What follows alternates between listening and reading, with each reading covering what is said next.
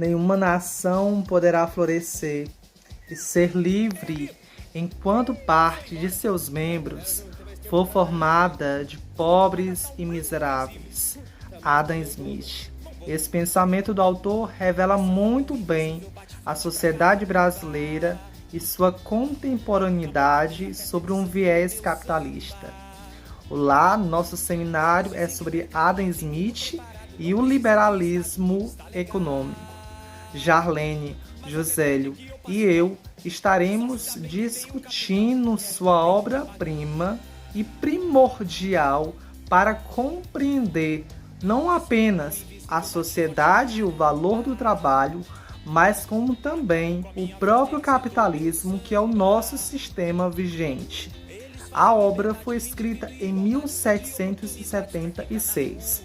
Para iniciar, Smith foi um importante filósofo e economista escocês do século XVIII. Em plena época do Iluminismo, tornou-se um dos principais teóricos do liberalismo econômico, e sua principal ideia nascia da total liberdade econômica, da iniciativa privada sem interferência do Estado. Ele abordou questões como crescimento econômico, educação ética, divisão do trabalho, livre concorrência e também liberdade social no mercado. Ele diz sobre os empresários que regulam o mercado e provocam a queda do preço e as inovações tecnológicas para a produção. Essa ideia foi fundamental para o desenvolvimento do capitalismo nos séculos XIX e XX. O economista usa dos termos selvagem e primitiva para diferenciar uma sociedade e uma cultura da outra, como também a quantidade de trabalho e o valor empregado a elas. Aqui iniciamos os capítulos iniciais da sua obra, A Divisão do Trabalho. Nesse capítulo, Smith mostra a importância de entender como a divisão do trabalho está interagindo com o aumento da produtividade. A riqueza universal está relacionada à junção das atividades e à importância da troca de bens em todas as camadas sociais. Ele não explica a natureza de trocar uma coisa pela outra, mas diz sobre uma sociedade civilizada, independente, como também com um poder econômico. Dessa forma, a divisão do trabalho é limitada pela extensão do mercado, e o poder conduz à divisão do trabalho, limitada pela divisão do trabalho, ou seja, pela relação de oferta e procura. O valor do trabalho fica do lado de fora se não for vendido a todo momento. O trabalho é vida, mas também é uma forma de aumentar o próprio capitalismo daqueles que detêm o poder. Isso conduz para ele que o trabalho seja dividido em etapas para que cada trabalhador possa melhorar seu empenho ao longo da produção. Igualmente transpôs essa ideia para as nações, afirmando que cada uma deveria se especializar em fabricar apenas certos produtos com o objetivo de vendê-los no mercado. Isso criaria uma mão qualificada e um conhecimento técnico difícil de ser superada, fazendo com que o desenvolvimento econômico aconteça. Estudar Adam Smith é uma necessidade, uma vez que o intuito é compreender o capitalismo, que é o modelo atual vigente, e as bases do pensamento liberal, como também um próprio conceito de liberdade. Assim, essa divisão do trabalho proposta por Adam Smith revela não só a natureza do trabalho, como também o valor atribuído a ele. O homem que vende sua mercadoria e que faz uso dessa mercadoria para sustentar sua própria vida. No início dessa minha fala, disse a respeito que uma nação não será livre enquanto parte dos seus membros permanecer na miséria. O capitalismo em si provoca isso. essa desigualdade social que Smith atentará para que seja glorificado de uma forma que seja posto em prática a igualdade diante de pobres e ricos, como também o direito econômico de poder coercitivo no mercado. Em sua obra, Adam Smith fala sobre o uso e a origem do dinheiro. É quando ele fala que, com a coragem da divisão do trabalho, a produção individual deixa de ser suficiente para a subsistência do homem. E com isso, os trabalhadores começam a trocar produtos entre si e assim começa a primeira espécie de comercialização. Dessa forma, surgiu simultaneamente a sociedade comercial.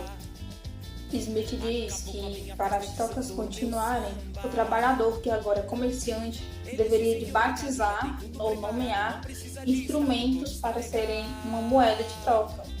E isso nomearam o gado, que são as cabeças, o sal, daí se originou a palavra salário, conchas, fumo, entre outros. O instrumento comum entre vários países eram os metais, pois eles não eram difíceis de conservar, era fácil de fundir e, consequentemente, fácil de dividir. A partir daí, chegaram em um momento em que a moeda, que primordialmente vinha registrado o peso ou a quantidade de metal nela investidos, se tornou um instrumento universal de comercialização. Para o economista, existem dois tipos de significados para o valor. Primeira, diz a utilidade de determinado objeto, seu valor de uso. Segunda, designa seu poder em relação a compras de outras mercadorias, o seu valor de troca. Smith fala sobre o preço real e o preço nominal das mercadorias, ou seu preço em trabalho ou em dinheiro.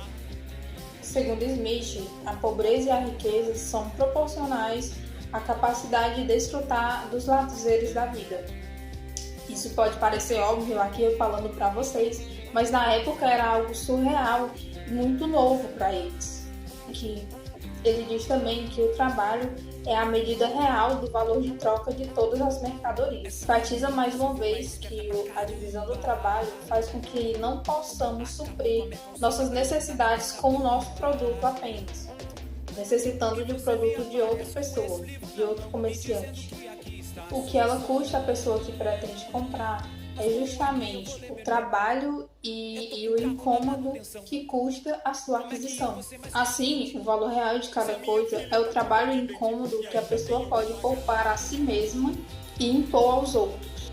Riqueza e fortuna para ele era o poder de compra de forma direta e imediata. Em relação ao trabalho alheio e sobre todo o produto do mercado, a mercadoria é um objeto amplamente palpável. E o trabalho é uma noção abstrata disso, pois é difícil definir um critério para medir determinada quantidade de trabalho. O valor das mercadorias é mais estimulado pela quantidade de dinheiro do que pela quantidade de trabalho ou alguma outra mercadoria à altura. Para Smith, o valor dos bens é variável, pois o que é caro é difícil de conseguir e o que é fácil é barato. Por causa dessa variação no valor de trabalho, este é o preço real das mercadorias. Enquanto isso, o dinheiro é o preço nominal. Smith ainda fala dos fatores que compõem o preço da mercadoria. Os capitalistas, que são os donos do capital acumulado, empregam esse patrimônio nas matérias-primas e na subsistência, ou seja, na manutenção do capitalismo. Smith diz que isso serve para obter lucro com a venda do trabalho dos trabalhadores. Os lucros do empresário são o pagamento pelo risco em que ele põe o seu patrimônio já obtido. O valor que os trabalhadores acrescem nos materiais divide-se em duas partes. Primeiro, pagar o salário do trabalhador, seu próprio salário. Segundo, os lucros do empresário por todo o capital. Menciona que o lucro obtido é totalmente dependente do patrimônio empregado.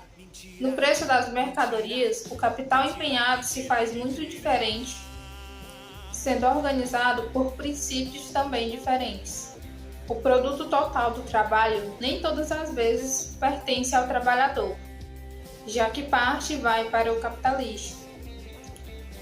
Em sua obra, Adam Smith também fala que um componente importante no preço das mercadorias é a renda da terra. Sendo assim, o preço de toda mercadoria engloba salário dos trabalhadores, lucro do capital e a renda da terra. Smith, em sociedades mais desenvolvidas, as mercadorias são compostas apenas de lucros ou salários, ou apenas os salários. Mas como é que eu vou ler, meu irmão? Eu tô com o carro na manutenção. Como é que eu vou ser mais consciente? Se a minha filha tá com dor de dente.